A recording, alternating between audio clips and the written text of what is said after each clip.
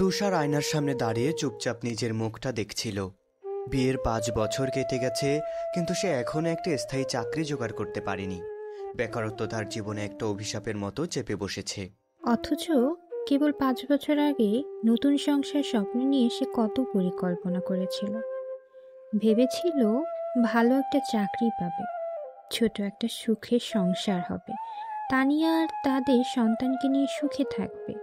কিন্তু বাস্তবতা এখন কেবল অভাব আর হতাশা। পাশের ঘর থেকে তানিয়ার গলার শব্দ আসছে। আরাফকে পড়াচ্ছে। আরাফ হলো তাদের একমাত্র সন্তান। তুষার চুপচাপ শুনছিল। ছোট্ট আরাফ কিছুদিন পর স্কুলে যাবে, তখন সংসারের খরচ আরও বেড়ে যাবে।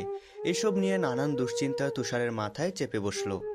বিকেলে তুষার কয়েকটা জায়গায় ঘুরে এলো, পরিচিত কয়েকজনের কাছে চাকরির জন্য খোঁজ করলো, কিন্তু কোথাও আশার আলো পেল না। গলির মোড়ে এসে একটু দাঁড়ালো।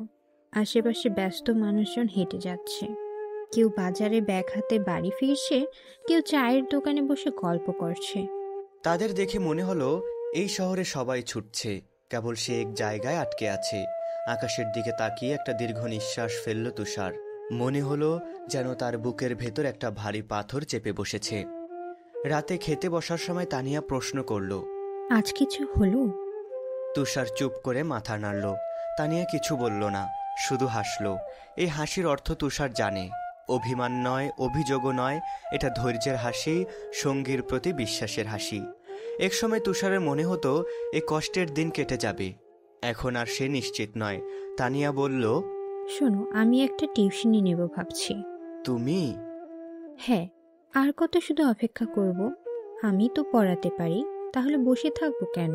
তুষারের ভেতরটা কেমন করে উঠল। তার মধ্যবিত্ত মানসিকতা এটা সহজে মেনে নিতে পারল না।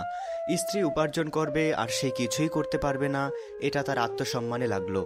তোমাকে টিউশনি করতে হবে না, আমি সামলে নেব। তানিয়া দীর্ঘশ্বাস ফেলল। তুষার, আমরা একটা পরিবার, এখানে আমি বা তুমি বলে কিছু নেই, আছে শুধু আমরা।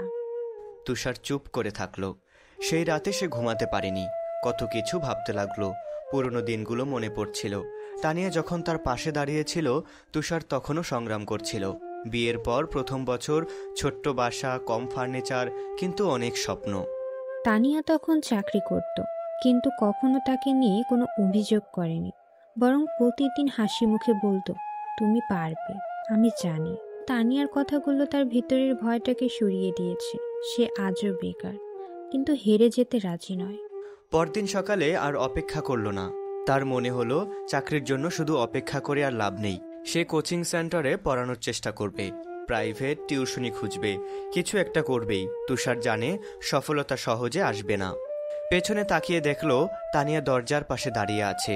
তার চোখে একটাই বার্তা, তুমি লড়াই করো, আমি তোমার পাশে আছি।